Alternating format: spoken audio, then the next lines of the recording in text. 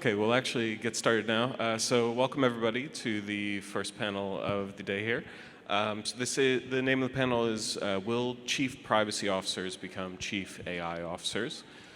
So in the panel, what we're going to look at is basically the AI governance landscape, the professions that are starting to emerge or are changing as a result of that, playing a central role in it, and really dive deep into sort of who's involved, what roles they're playing, what challenges they're facing, that sort of thing.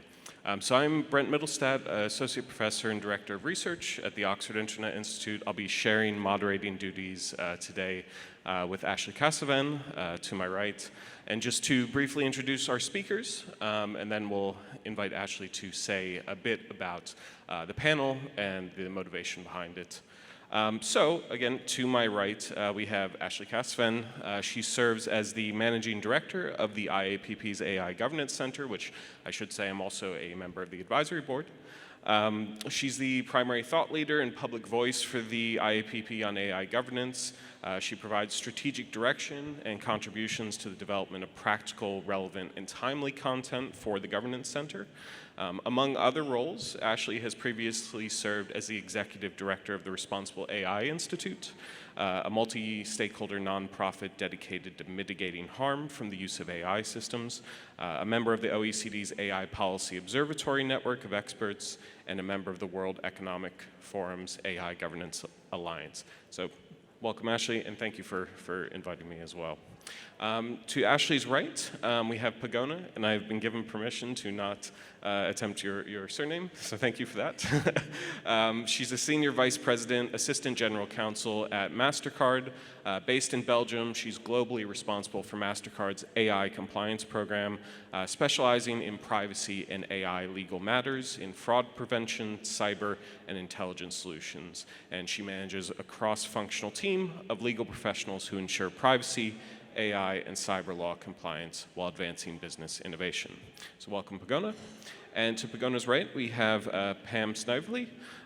She's the Chief Data and Trust Officer for TELUS Communications. TELUS is a large Canadian tech company, one of Canada's 3 big telcos, and also a major provider of health tech and services in Canada and across the globe in 160 countries. Pam's portfolio includes data privacy, data governance, data ethics, and responsible AI. So welcome, Pam. So again, just to start off with the panel, to do some scene setting, some background, some motivation, I'll hand over to Ashley now to say a bit about why we're here this morning. Thanks, Brent, and thank you, everybody, for joining us today. I'm really excited for this discussion. One of the questions that we get at IAPP quite a bit, and for those of you that aren't familiar with IAPP, we are a professional association that serves both privacy professionals and AI governance professionals. AI governance is an emerging field, and a lot of our research has indicated that over 50% of privacy professionals are being given the responsibility to also manage AI governance. And even if we hear some of the bios from the fellow panelists, they're responsible for many different disciplines, including cyber law. And so these are different trends that we're starting to see, and as a professional association, quite interested in what's happening practically within organizations, but then also some of the academic research that's happening that's looking across multiple industries and sectors. So that was the inspiration to really ask this question: are chief privacy officers going to become chief AI officers? And I think a subset to that that we're reflecting on is, what is the role of a chief AI officer, and is it really about that governance that I think we'll get into today, or responsibility for setting the stage and strategy for how AI is used within an organization, and how do those functions work together? So really looking forward to digging in and sharing all of this information today. Back to you, Brent. Great. Thanks so much, Ashley, for the scene setting there. So just to jump right in, I guess the obvious topic to start with is just curious. I'll start with you, Pam. How do you see privacy professionals currently engaged in AI oversight? Thanks, Brent. So I can speak from my own experience at TELUS in Canada, and that is we had an imperative right from the get-go as soon as, really as soon as the Gen AI announcement came out in November 2022, to move very quickly to take part in this, AI movement. And what that meant was there was no time to stand around and say, well, how should we govern this? Who should be governing this? Should we reorg? Should we have a new title for a new officer? We just had to move quickly. And so it very logically just fell to me and to my team. And I think that is largely because we had a lot of the infrastructure in place to make the governance decisions. We had the type of team members to analyze what was happening in the space, what more would we need in terms of governing AI versus governing privacy, and a lot of comfort with the gray. Privacy professionals are very comfortable moving in the gray, in what's reasonable expectations, and the ethics space. So we had to move quickly. We didn't have time to think about, how are we going to build this, because the move was to start using AI right away. And so there was no time to navel gaze, quite frankly. And I think a lot of organizations are paralyzed right now. They're trying to figure out who should own this and where it should sit, rather than just leveraging what they already have in place today. And any company with a relatively mature privacy program has so many of the pieces in place and just needs to kind of, to use a very unpopular term these days, pivot a little bit to make that work for AI. Obviously, we haven't got it all nailed.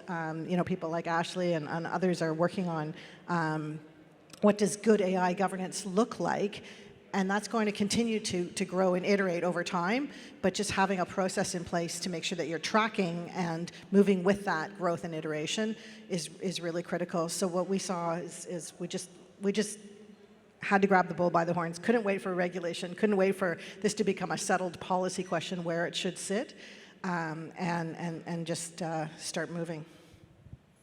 Yeah, I think you're picking up on themes there that are going to be very common across the world in different organizations. The need is there, and you can't wait for the regulation to be super clear about what you have to do. I'm curious, Pagona, have you had similar experiences? It's quite aligned, actually, but let me tell you my story. So, as you said, I'm with Mastercard Privacy and Data Protection team for a while, and I specialize in fraud and cybersecurity.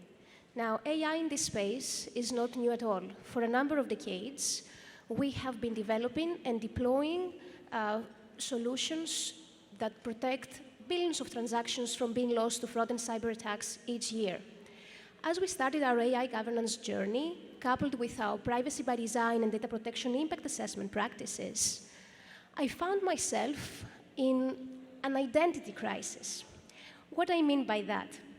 So, as privacy professionals, for a number of years, we were using our privacy by design approach to look into a new technology, identify risks, come up with risk mitigations, and work with the business to implement them.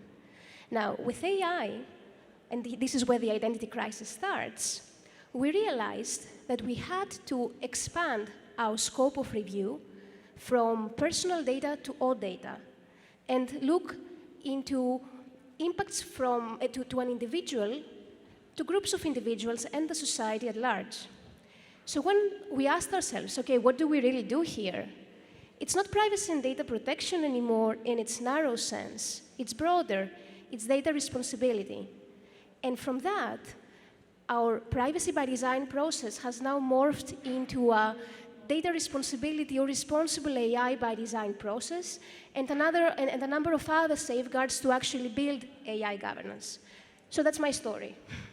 Maybe can I just respond to that? Because it's very, very similar for us that at the same time that AI took on the importance that it has, we recognize the need to merge the privacy function with the data governance function. We'd already started doing that at TELUS a little bit before the Gen AI announcement, but for similar reasons, which was that sort of convergence of personal information with excuse me, all forms of data and the need to govern all of that data. So as a consequence, the entire field for privacy professionals grew And I had an interesting discussion with someone yesterday who said, so, your recommendation, Pam, would be when they come asking if you're the privacy officer and they come asking, do you want to take on AI, you should say yes in order not to become irrelevant. And my response was, don't wait for them to come asking, just take it on. Nobody knows who to ask. There is no them. The leadership is as lost as everybody else in terms of the newness of AI and how to manage this. So go to your leadership and say, I will help you handle this. I've got this. And that's the way to start the ball rolling, because right now everyone doesn't know who to go to. And if you're waiting for them to come to you, it's going to be too late for your organization. Yeah. Pagona. Just to comment something for the legal nerds in the room that like GDPR-style references. Now, this is really a trend. I must tell you, we didn't have to wait for AI legislation like the EU AI Act to come for this to happen. If you look at the GDPR as a legal instrument, just think the subject matter of the GDPR, Article 2. Essentially, it gives you the opportunity to look not only into data protection as a right, but other fundamental rights, because the GDPR, it's in there, it's in the wording. It's there to protect fundamental rights with particular regard to the right to data protection. Similarly, in the GDPR, we do have principles like transparency, fairness, and others. They have been there forever. It's just that now, with AI, we have to specify them, and that's why we see this additional effort with respect to those principles. But it has been always there. That's my point of view. Yeah, and I would completely echo that point, too. I mean, even going back to the 1995 Data Protection Directive, we already saw things in there about automated processing of data. And I think with GDPR, it's all those principles you mentioned. It's the things that are about automated decision making. But even then, the importance of people's data, how it's just being scraped, how it's being used to train these very large generative models now. I think there's very new questions being asked around is GDPR good enough? How can it be used to protect us? And there's other frameworks that are relevant too here. Digital Services Act, for example, has some really, really interesting powers in it that I think can do a lot for AI governance. Just wanted to jump on this because I think it's important to also think then about the skills that are needed for all of these teams. I think that even we see here that there's been this aspect of data that's being talked about, cybersecurity, and then also privacy. And in many companies, we still see that they're siloed within organizations. And so the fluidity in which all of you are talking about, I think, is really, really interesting. But to bring it back to the legislation, I just wanted to add to what Brent's mentioning around that intersection. It's something that we're looking at right now is a mapping of principles between the DMA, the DSA, consumer protection, liability legislation, and especially GDPR. I think, though, that one of the things that will be really interesting from that is this tension that's going to exist between complete privacy protection and then the potential conflicts with the principle of data minimization as an example, to then have the data that you need to train a model to understand if there's bias that's functioning or supporting or bias that's coming from the system that's harming an individual or a particular group. And so I think that these are different types of tensions that we're going to see more and more as we use, and as we use AI increasingly. And I'd love to know from both of you, if Brent as well, if there's any experiences that you've had so far where you need to address that and maybe make a no-win trade-off in relation to data protection. I'm happy to take that also because the conversation around trade-offs is one of the key challenges that we have faced and we had to address as part of AI governance. So AI, similar to potentially all new technologies, raises questions and challenges because the different rights and interests coming into play. And these are not always aligned with each other. Sometimes it's the opposite. They're actually in conflict with each other. And that requires organizations and companies to make trade-offs. Let me give you a few examples from our sector. So at Mastercard, I was saying before that we primarily use AI for fraud prevention and cybersecurity purposes. And we definitely acknowledge that transparency is really a key principle. We really want to be the ones that provide sufficient information to our cardholders and meet their expectations with respect to how this thing works. But at the same time, we have to strike a very delicate balance between that and doing it in such a way that it doesn't disclose information that could render the system vulnerable to malicious actors. So that's one key trade-off, and happy to go into more details around how it's going to work now with the GDPR and the EU AI Act. But before going there, let me go to another problem, another potential trade-off. So thinking about fairness, bias detection, and data minimization sometimes. So again, from our sector. So at Mastercard, as part of core payments processing, which is our core business, we mainly work with a card number. Essentially, we do have some other data elements, but we don't have people's names. We don't know where people live. We don't know people's race, ethnic origin, religion, sexual orientation. These kinds of sensitive data is completely not a part of our strategy. Now, when the question around how do you test for bias comes into play, it's really a key challenge. How should we test for bias? Should we try to find the data? Should we try to acquire the data? First of all, practical consideration. How? Do we even want to acquire the data? If it has never been part of our company strategy to go there, it's not relevant. How would that play with data minimization? And then if you think about this from a legal standpoint, so going to the GDPR and the legal ground conversation, how will that work from a legal ground standpoint? We have seen in the EU AI Act the opportunity to potentially rely on substantial public interest as a legal ground. However, I must note that substantial public interest is not a very heavily relied upon legal ground, and there may be a good reason for that. There's many caveats and conditions to be met to be able to use that. So you see practical and business and legal challenges with respect to this topic, which is actually key and I think a big challenge for many companies. Well, and I think particularly then the demonstration that there's different skills that are needed on all of these teams back to bringing it back to who's actually going to do this work. I don't know, Pam, if you want to add to that. Yeah, maybe just it's less about bias, but more about kind of what some of the trade-offs are with the technology when we properly govern it. And I'll just tell you about a recent experience that we've had. About 2 weeks ago, we went public with our first Gen AI supported chatbot. So we're all familiar with the chatbots that exist pre-Gen AI, where all of the answers are pre-programmed in. So you hope you ask the question that gets the proper answer that was programmed in. So our thinking was, of course, many other organizations are looking at the same thing, use Gen AI, we'll be able to get better results back to our customers if Gen AI is able to interpret their questions. But once we had designed that bot with all of our content and the answers, we fed the Gen AI tool, our internal tool, all of the information about our products and services and how we support our customers. What we found when we did our adversarial testing, that in order to, so we did purple teaming, so we had the combo of the red teaming and the blue teaming. So when the red teams found the potential vulnerabilities and the blue team kind of were iterating with the red team to fix those, combined process called purple teaming, we were able to put appropriate guardrails in place such that we were comfortable putting this out in the public.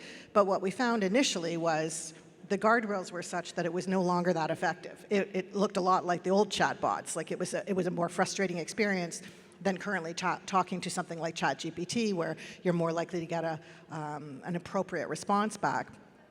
It still remains that way today, so we've been honing those tools, but there's definitely utility trade-off when you put the appropriate guardrails in, and I think over time we'll get better at doing that. We'll get better guardrails, but that's where we're sitting right now, where we're kind of trading off the ability to have a tool that isn't going to be, A, hallucinating, B, coming up, won't break when people attack it to try to make it say crazy things, which is what's happening in spades right now. As soon as we went public with it, the attacks were extraordinary. The volume of attacks, people just trying to get, and for no particular gain, right? No one's going to make any money off this thing. They just want bragging rights to say they got it to say something absolutely nuts, and then there's a great media story.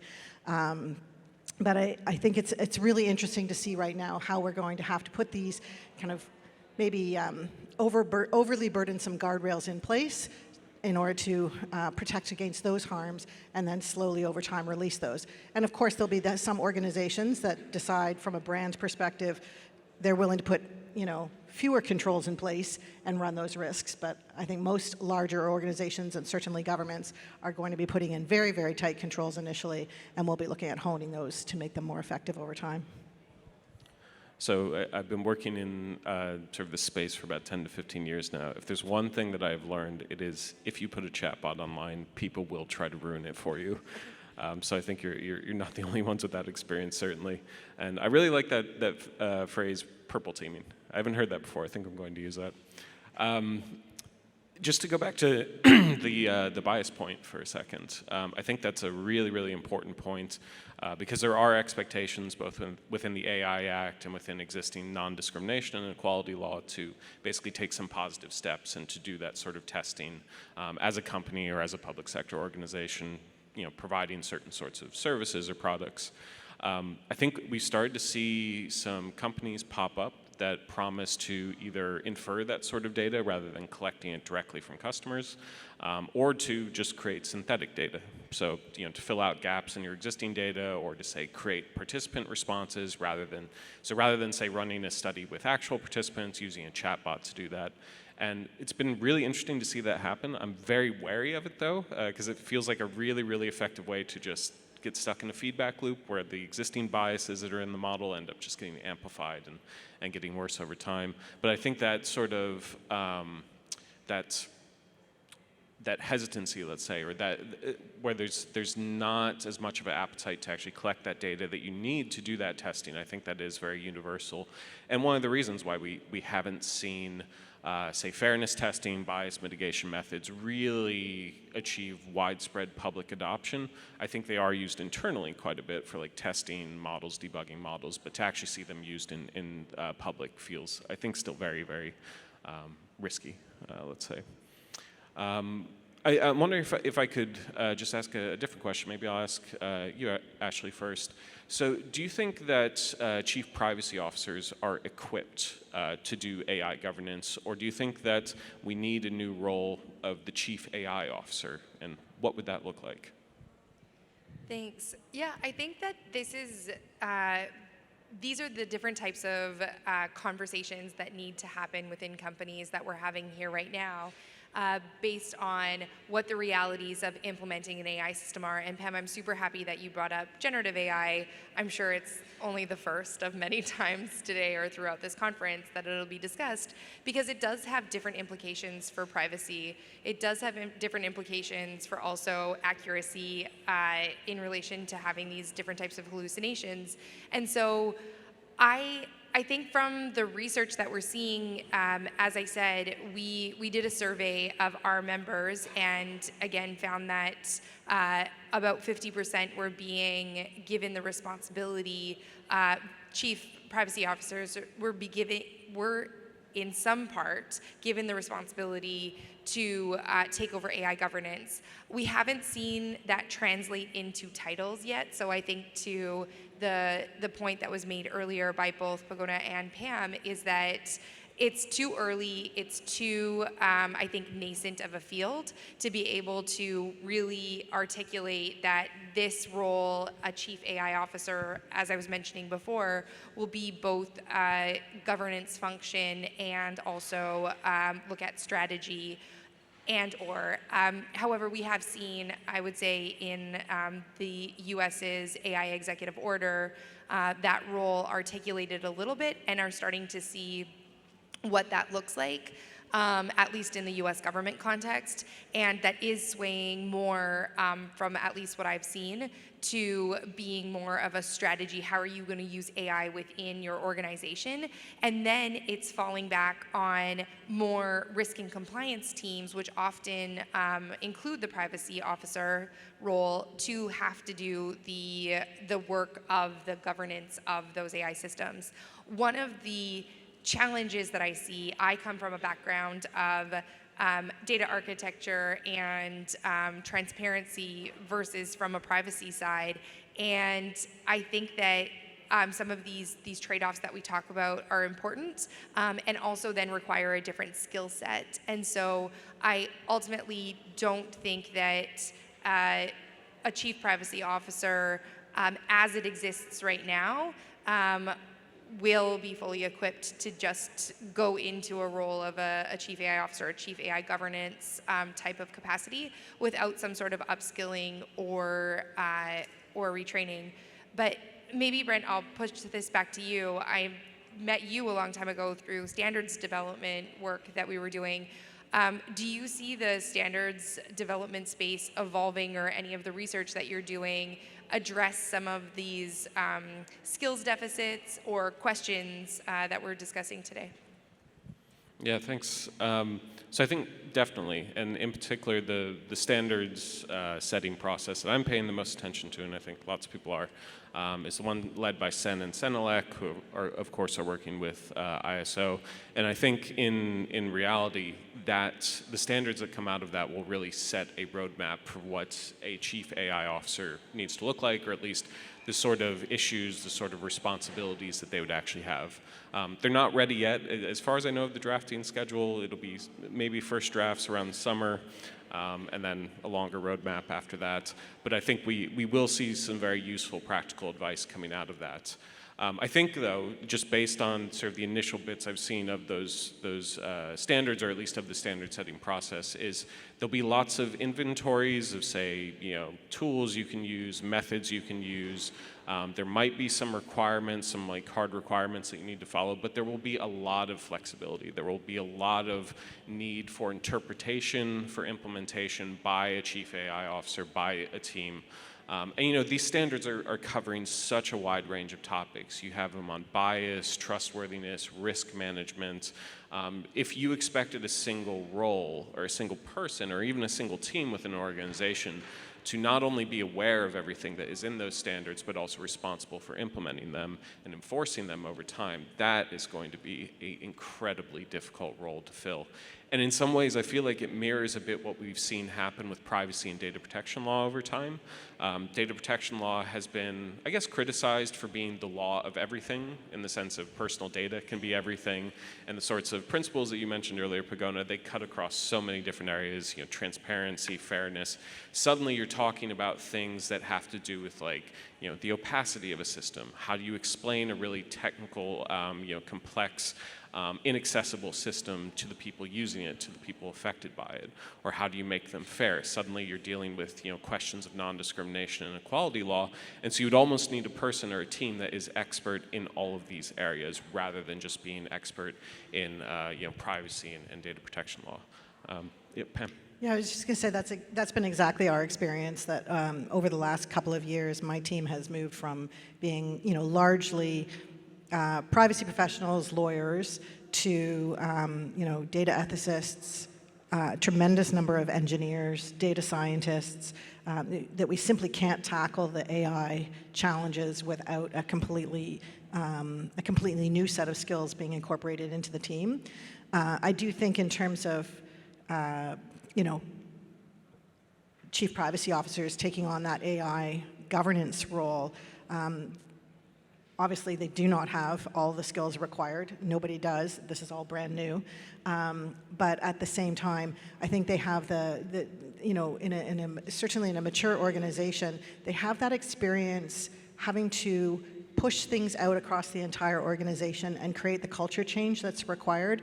And I think, there aren't enough discussions going on right now about the dramatic culture change that is accompanying this AI revolution, because it is a revolution. When we think about over the last 10 or 20 years, every time a new piece of technology, so a new version of Word came in, a new word processor, a new, you're moving from one type of mail in an organization to another type of mail, you might move Outlook to Google or whatever the case might be. The amount of change management that goes on in an organization when you're just creating, you're just shifting from one very similar tool to another very similar tool, or even just upgrading, has been enormous. And then overnight, the most powerful tool anyone has ever seen suddenly became available to every single employee and every single organization in the world at their fingertips. So this is a very different type of cultural change that has to happen in terms of how we manage that, how we train people, A, to avoid the risks, and B, to actually make sure they're using it and using it effectively, because it is an incredibly useful tool.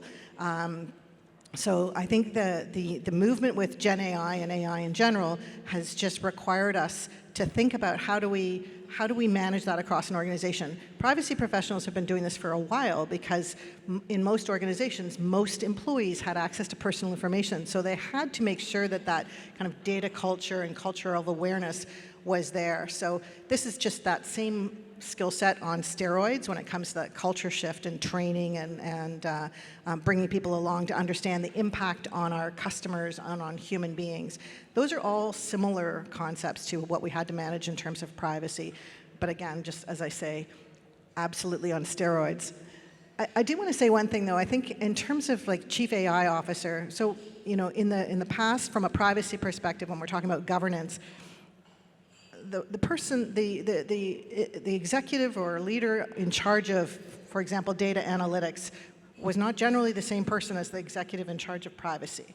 We talk a lot about the fox watching the hen house, that those should be separate functions, joined at the hip if you want privacy by design, but separate functions. And I think the same is true when it comes to AI governance. So we have a group and a team. I'm part of the team, but a group and a team that, and ultimately a single leader who's in charge of actually executing on AI within the organization.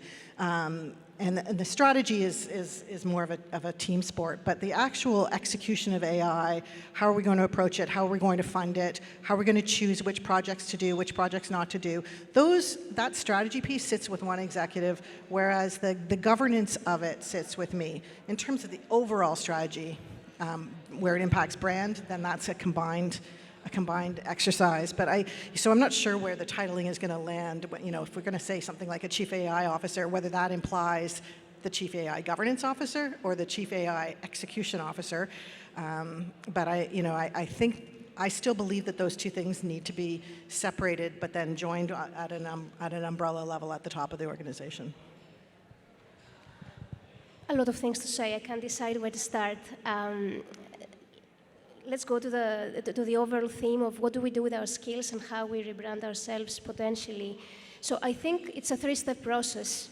One is really understand which of the skills we have as privacy professionals and the Chief Privacy Officer are relevant for AI governance. And we definitely are in very well placed to actually play a key role in AI governance. We understand data. We know what questions to ask when it comes to AI and new technologies. We are used to conduct impact assessments, come up with trade-offs, as we were discussing, come up with risk mitigating controls, and have this dialogue with the business on how to implement these controls, very relevant for AI governance. And we also have governance programs in place already. When I say governance programs, I mean our privacy programs. When speaking about AI, I don't think there's a need to start from scratch. We can start at least from existing policies and processes and trainings that we already have in the organization as part of privacy, as part of compliance, as part of security, and expand those for AI governance. And then, as privacy professionals, I think we're also very used to connect the dots and partner with the various teams, connect what the security team does with the technology team and the product team and the sales team. So certainly, these are skills that as privacy professionals we have and we should leverage for AI governance. So step one. Step two is really where our skills need to evolve. And I think all of you have shared a number of very good thoughts from upskilling ourselves with respect to how we understand the technology better, what is AI, what is generative AI. So from a technology standpoint, maybe upskill ourselves, but also there's so much going on in the legal space, so many new instruments or policies being negotiated or in the process of being adopted. I think it's absolutely normal to not be totally aware of the latest legal development in, I don't know, in which US state. There's just so much going on, and I think this is an area that we have to upskill ourselves as well and be comfortable with the uncomfortable, that it's going to be a little chaos for a while. And then number 3, I think it's the rebranding process. So once we have figured out what skills we have, where we need to evolve, then we might want to consider rebrand ourselves so we're not perceived as just, in brackets, the privacy team. At Mastercard, for example, our Chief Privacy Officer is now the Chief Privacy and Data Responsibility Officer. And I think how it will work for each company, it really depends on how the company is structured, how it's staffed, but also what is its data strategy and innovation strategy more generally. Yeah, I think this is really interesting, the idea that you need to have a different set of skills, and we're still really trying to determine what those are. Some of the research that we're doing right now is to understand what those skills are, hopefully to feed into standards development processes, but also so that we can make sure that the training and certification that we offer is what people need in order to have that upskilling effort happen within their organization. For those of you that aren't aware, we've recently, as of last October, we released AI governance professional training. And I think to what Pagona is saying, we really made a decision that that was going to be focused on the legal and compliance versus, and so the governance aspect of AI versus these are the types of skills that you need as an AI professional. And so we now have our first cohort actually of certified people against the AIGP exam, which is super, super exciting. We actually already have, about 400 people that have taken the exam, and it was first released in mid-April. So it's there's certainly an appetite for people and organizations to have that upskilling, but also really to for organizations and then with the community like all of you to understand what it is that should be included in that training and how does that evolve over time. One of the things that I think about quite a bit is whether or not Annex 3 within the EU-AI Act, the classification of high-risk systems, ends up becoming how we think about the different types of AI that exist, and therefore the different types of skills that we need to develop around those types of high-risk systems. And Brent, I'd love to hear your thoughts on this as well. But I do think that one of the themes that I've heard from both Pagona and Pam is that there is a need to not only upskill, but then have those different skills come together, but still a single point of accountability and authority. And so, Pam, when you talked about this umbrella, one of the things that I'd be curious to know is if that's within an existing governance structure or you needed to create a net new governance structure for the implications of AI. And Pagona, similarly, the mention of the chief AI officer evolving into having additional data responsibilities, is that something that fundamentally changed the organizational chart, I guess, if you will, or if it was just kind of a concept that got added in, and then maybe over to Brent after that. In terms of that umbrella organization that I talked about, it is actually a new body, but I don't think it needed to be. Like in hindsight, and what I'm finding repeatedly is that AI has actually allowed us to improve our overall privacy and data governance. That a lot of things that maybe in hindsight should have been in place a long time ago, there simply wasn't the ROI to put them in place. But now suddenly there's an appetite. People can see the ROI. So we're getting the funding and we're getting the buy-in from the top of the house to spend time on this type of governance. And I think that's made a tremendous difference. So that kind of umbrella is really looking at how can we move as quickly as possible? What are the AI use cases that fit within our organization? What's going to be our position on responsible AI? How much of a leader do we want to be in this? How are we going to make decisions about what we will do and what we will not do? And how are we going to make decisions about the level of transparency that we're going to engage in? So those are all high-level brand decisions as well as core business competitive decisions. And so making those together in a single strategic team, I think, is really critical for success, and so far has served us very, very well.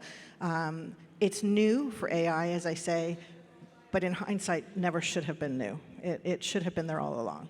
Yeah, and sorry, Pagona, just before you go, I think this is such an interesting point that and a lot of us have been on this stage, have been involved in responsible AI for a long time. And I think the distinction between a question that you had asked earlier, Pagona, around it being really thinking about AI from a compliance perspective versus technical implications, I think this brand implication is really interesting too. And I've never I've been on technical teams for a long time, and rarely do you see communications people at the table. And now you see often the communications team, along with the legal teams, along with the technical teams, and others that have been mentioned, all really needing and wanting to work in coordination together. So I just thought it was an interesting point. Sorry. For us, actually, it's quite. I will echo what you just said and what Pam said. We started working on AI governance in 2018, so it's been a while. And as I was saying at the start of the session, it was around then, because we were using and developing AI already, that we started realizing that what we do is broader than privacy and data protection. So we're looking at data more holistically, not only personal, but all data, not only impacts on individual, but impacts on groups and society. So I think the moment that the title expanded from Chief Privacy Officer to Chief Privacy and Data Responsibility Officer is a little bit what you say, you first have to do the job and then get it. So that was happening on one hand. On the other hand, we do have a Chief Data Office. So basically, it's a data organization at Mastercard, data governance organization at Mastercard, and we co-own AI governance. And over time, so since 2018, when AI governance became part of our strategy that we wanted to continue pursuing and investing on, and that team also expanded to essentially operationalize and walk the talk around AI governance. So two trends. One was privacy professionals redefining ourselves and what we do and how we speak to the business and to the outside world about ourselves, but at the same time, also a very clear company investment in this space, and then a team to operationalize this. Yes, I find the question around what the structure looks like, who's part of that team, really interesting. And I think one of the reasons I find it so interesting is the sort of work that that team is being asked to do requires a lot of interpretation, like I said, of the standards before. But it requires interpretation of things that are these fundamentally like normative concepts, like what is the right level of transparency? How do you make that decision? Whose interests are taken into account?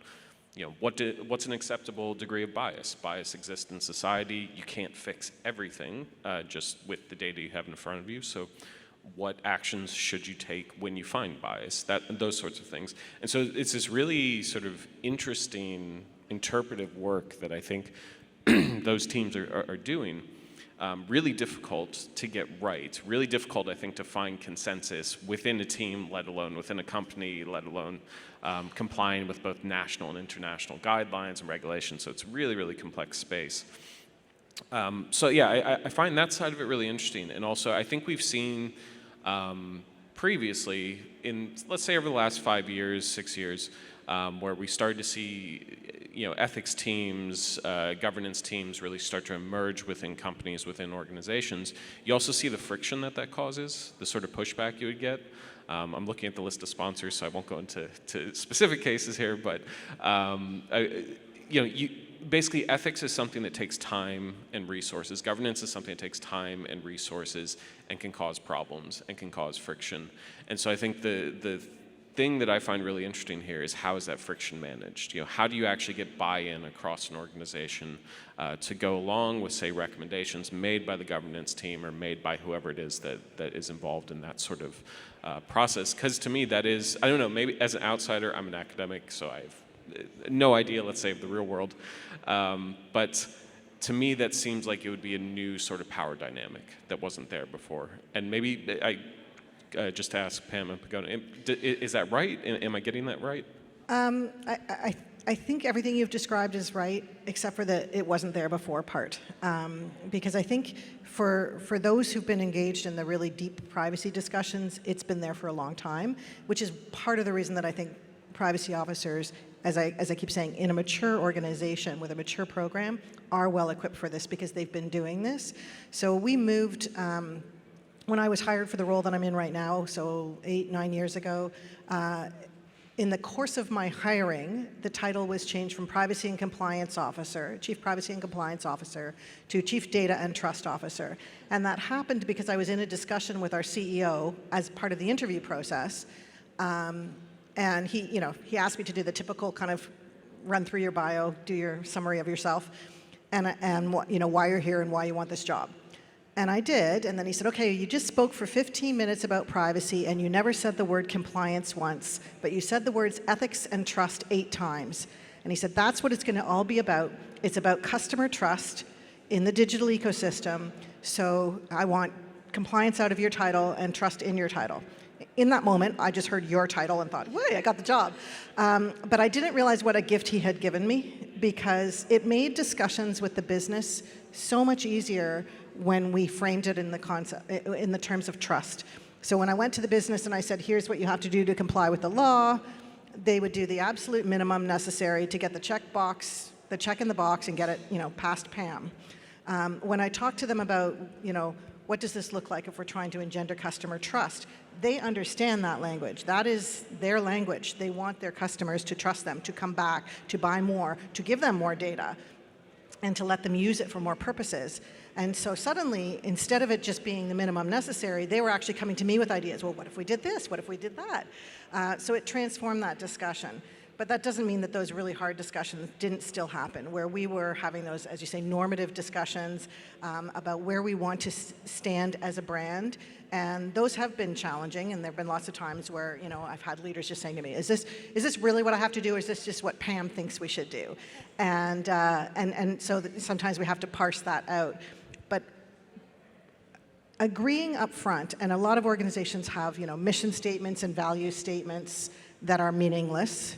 I think most organizations have them, but agreeing up front and really making sure that that is part of the culture, and that takes tone from the top. So that takes the kind of leader who says, I want trust in the title. It's about trust. Can make a huge difference. And so what we did, many years ago, as soon as I started and I had that kind of buy-in from our CEO, we developed what we call our trust model. We agree as an organization, customer trust matters. That's table stakes. And then we said, okay, trust, what is it, what's the equation for trust? And we said it's value times respect times security when it comes to data. And it's very, very basic. I kind of just developed it as a way to guide my team initially, but it's turned into a way that we guide decision-making within the organization. And every time we start to kind of spin out on a decision, we go back to, well, is this going to engender trust? Is it going to deliver value? Is it demonstrating respect? And respect is a huge one, because it's respect for the customer, for the data, for the law, for the regulators, for humanity. And then and it does deliver security, again, kind of table stakes. But when we ground it in that agreed upon reference point as an organization, then it makes those decisions much easier. And so I think if someone's going to embark on really having these meaningful discussions, they have to agree up front as an organization. What do we go back to when the conversations kind of start to just, stall out in areas of disagreement, and what are our grounding foundational principles? But they have to be real, and there has to be agreement up front that that's what we will always go back to if it's gonna work. I want to echo that. Actually, I know that sometimes when people speak about principles and company having principles, it always sounds a little bit high level, a little bit too fluffy. It may mean nothing to people. But the reality is that this is very powerful in the organization. Similar, I think, to your case, we also have our data and technology responsibility principles. And I know it sounds very high level and fluffy, as I was saying, but it's actually what drives culture. It's what drives everybody in the organization towards the same direction. Now, another point to your question, Brent, I know Pam has been extremely successful getting senior management on board already at the interview stage, so overachiever. But for the rest of us that didn't manage to get your point through at the interview stage and you are a little bit down the line, I would say what is important to think about when you're trying to make a case, a business case for AI governance. For us at least, it has been to translate what you're talking about into revenue. For example, what kinds of AI activities we're talking about, what kinds of products we're talking about, which part of the business is going to be impacted, how does it translate into sales and revenue objectives. I think these kinds of conversations will definitely get senior management attention. I think this is all really, really helpful to understand. And I think even go back to some of the early points that this is all very new. Everybody's doing it in a bit of a different way. However, these guiding principles or reference point, I really like how you put that, Pam, is, I think, what's keeping people accountable and also has been a reference point for legislation in this space as well. One of the things, though, that I think a lot of us, especially working on more technical standards, have had a hope for is that standards like an electric plug will just be easy to plug and play. Like you won't need a lot of big compliance teams because there's testing and evaluation companies and it's going to be easy. And I think that what we've realized is that it's really hard to develop technical standards because AI is not one big thing. It is multiple different types of technologies in different contexts. And because of that, there's really going to have to be people behind that to make those decisions, whether you're the engineer that's going to need to figure out how to calibrate the AI model that you've purchased, or you're procuring it, or you are that number one accountable person that's going to have to be the public face of the organization when the chatbot has said something rude to a customer. So I think that the articulation of all of these things, at least for me, has indicated that maybe there isn't just going to be, maybe there'll be the title of a chief AI officer, but AI governance responsibility will be disseminated throughout various roles. And Brent, a conversation that you and I had many, many years ago now, and so it's sort of funny that I'm doing this work, is about whether or not we need standards for the people that are doing that, like engineers, or does AI governance responsibility get added into existing professional roles? I'm not sure if you have any additional thoughts or want to share about your research. Yeah, no, thank you for the question to talk about that a bit. So just as background here, this was in the context of actually this question of principles, how useful they are, what you can do with them. I wrote a piece that was highly critical of principles because this was, 2019, 2020. It was around the time when every company, every organization in the world suddenly had a list of ethical principles that they were going to follow in AI. Basically, what I was arguing is that they are useless by themselves. They require translation. They require implementation. They require the sort of work that you're doing, that you described. So I'm really glad to hear that. But in that context, I was thinking about other sorts of accountability mechanisms you could have, things that would have a bit more teeth to them. And one idea was to look at certification or even professional licensing schemes for AI developers themselves. I think certification has gone quite a bit farther, both from the work that you're doing and just work that we're seeing from other standards institutes and computing professional societies.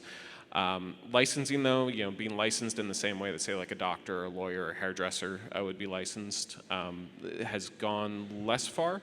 I think possibly because the idea of making individual members of a product team or development team responsible in the way that you would make those professions when they may have such a narrow view of the thing that they are doing. You know, they may be responsible for one tiny piece, say, of developing the Google search algorithm, and so then to hold them, you know, strictly liable or accountable for the entire thing somehow feels wrong.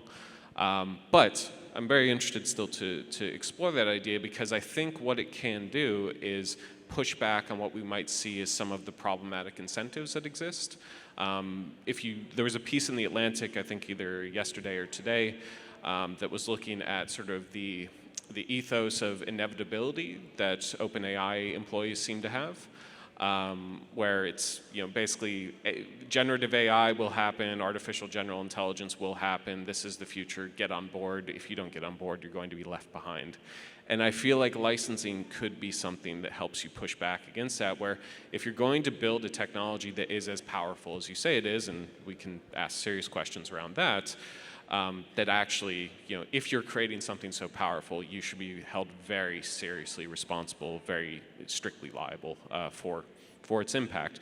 And I'm really, really curious in that context to see what happens with the updates to the Product Liability Directive and the new AI Liability Directive, to see how far they go down that pathway. Yeah, and I think with that, who's responsible within each organization? So is it the developer, the platform provider, or the company? And Pam, you've put together an ad hoc group, I would say, of leaders in Canada that are getting together just to share ideas and share some of these best practices. One of the things that I think you've also spoken about is the need to have some level of competency for individuals. And even in the EU AI Act, we see these requirements in Article 4 for sufficient competency for people that are overseeing AI systems. Pam, Pagona, are there any efforts within either of your organizations to think through what that degree of sufficiency is? Because it's still TBD in here. Yeah, it's a great question. I think we're always kind of thinking about it, and I think this was also true for privacy professionals. That, you know, while we have professional associations, there's no requirement in any organization that the privacy officer, the person appointed in charge of privacy, knows anything about privacy whatsoever. That seems to also be true often of our regulators. So, you know, really frustrating to me that it's treated as a subject that anyone can just walk into and suddenly lead. So I think we think about that a lot, and within my organization, we're always looking at what can we do to make sure that we've got some level of skill. Like, for example, the IAPP certification for all of our privacy professionals, we've been requiring that for a very long time. So within a certain number of months of hire, you have to be certified. And looking at the same thing for AI governance as well for my team, but also across the board. So we've been looking at all of the developers and offering the IAPP AI governance training and certification to all of the people who want to be doing this within the organization, who are in those functions. So always looking for ways to make sure that we have the right skills within the organization. I think, you know, as Ashley says, we're still trying to figure out exactly what all of those skills are. And then the other side of certification, sort of outside of the licensing piece, is, and Brent, you referred to this, certifying against standards. Again, really, really new in the AI space, but for us, a really important part of trust, that when you're going to put something out there, like we just put out our Gen AI chatbot, and there is so much fear around AI right now, some warranted and some unwarranted, I think, that it I think behooves an organization to make sure that they are addressing those fears of their customers. And so, for example, before launching our Gen AI chatbot, we went and got it certified for privacy by design, and then published that kind of right on the tail of making public the actual tool, so that our customers know that that's been addressed and thought about by us, independently. That it's not just me saying, "Hey, trust us." That we've gone and looked for those independent assessments of the validity of the products and services that we're putting out there, and the trustworthiness of those products and services. So for me, I absolutely welcome anything that would be a certification that we can obtain, licensing that we could incorporate into our teams, because I think any of those objective external measures can really help support the trustworthiness of an organization and engender customer trust. So that, to me, is what it's all about. I agree. Actually, it does change the conversations that you have with your customers, with your partners, with policy, with regulators. The moment that you have something that you can show and say, okay, this is our certification, we take this seriously, even if still you're working on it and there's room for improvement, I think it can be very helpful. But as we're speaking about training, of course, all companies have training. We all have to continue to evolve and develop our trainings. But what was very interesting for us was the moment that we included in everybody's objectives in the organization, from the CEO to absolutely every individual contributor, these principles that we were talking about. So when everyone in the organization needs to do privacy by design and data responsibility, and every year they will be assessed against that, well, guess what? Everybody got trained fairly quickly.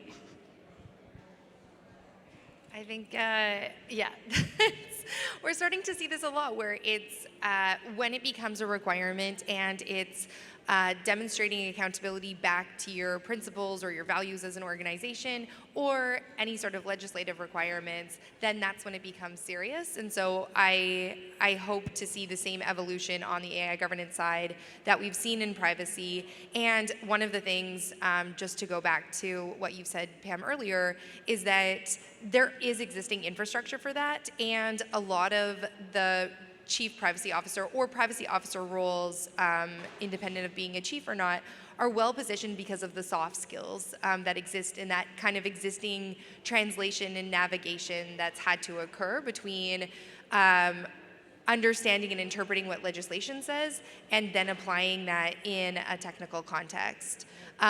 Maybe just we'll give you the opportunity to respond to that, but if there's any audience questions, we have about 10 more minutes until the coffee break, and so we'd love to hear from you. You can put your hand up. I'll come bring you the mic. But yeah, I don't know, Pam, if you wanted to add anything. Yeah. You have a mic. Oh, there's a mic. Perfect. Thank you. Right here, this gentleman in front.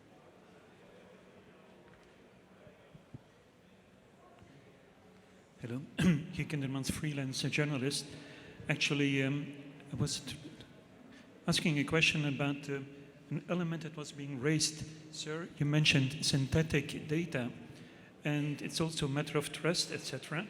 So I would like to point out the complaint by Schrems regarding OpenAI, regarding the synthetic data about his date, his birth date, and the impossibility of OpenAI apparently to correct the data. So how do you see perhaps that complaint impacting the very basic possibility of use or not use of AI today? Once again, also, the whole discussion was about the trust as well. Synthetic data or this complaint could very much undermine the trust of customers in all of this. Thank you. So I'm happy to jump in on that to begin with. I'm hoping that the complaint does actually make a difference. I don't think it's unfair to categorize or to describe what has happened with the rapid development and emergence of generative AI systems as possibly the greatest violation of IP and privacy rights that we've ever seen. The attitude seems to be, if we can do it and do it quickly enough and build a system that is so valuable that the law doesn't matter. And I really, really hope that we see actual enforcement, not just of data protection law, but especially of IP, especially of liability, because you have, not just personal data of people being used, and this problematic example that in the Schrems case, but the data of artists, of voice actors, of people who their data or their outputs, their content is essentially their living, and you're taking it and creating something that can produce something very similar for free to the customer or for very little cost. So I'm hopeful that we see a real difference from the Schrems complaint and the other sorts of cases that we see in the US, for example, around IP violation. But we'll see. It's a really difficult enforcement question, and I really hope that we see results from it. Yeah, we've been struggling with that ourselves in terms of kind of the ethics of using this model that we suspect is going to be found to be highly problematic, and you just phrased it really well, Brent. And I actually had a discussion with our regulator recently, sort of, with is it going to be definitively so that every organization that is using these models will be found to be in violation of privacy law? I kind of, certainly wasn't an answer I can 100% rely on, and probably shouldn't be publicizing. But I got a little bit of comfort there that maybe there will be some opportunities. But I think there are opportunities to do what we can do. So, for example, we're exploring with Indigenous groups in Canada how to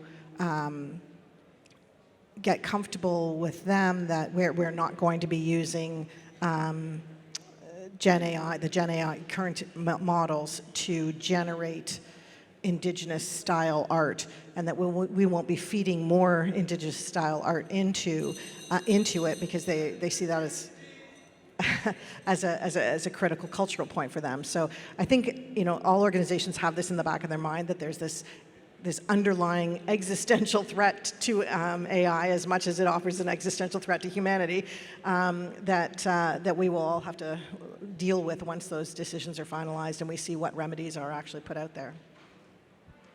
Just to add, I think partnership risk and reputation risk, especially when driven by compliance factors, is definitely something that companies care about a lot, and therefore you don't really want to take the risk. You want to be able to, the trust is really based on not only on what you do on compliance, with respect to compliance internally, but very much dependent on reputation and partnership.